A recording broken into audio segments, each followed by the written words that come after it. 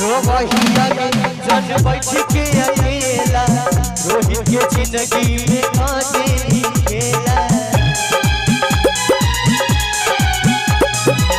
रोहिया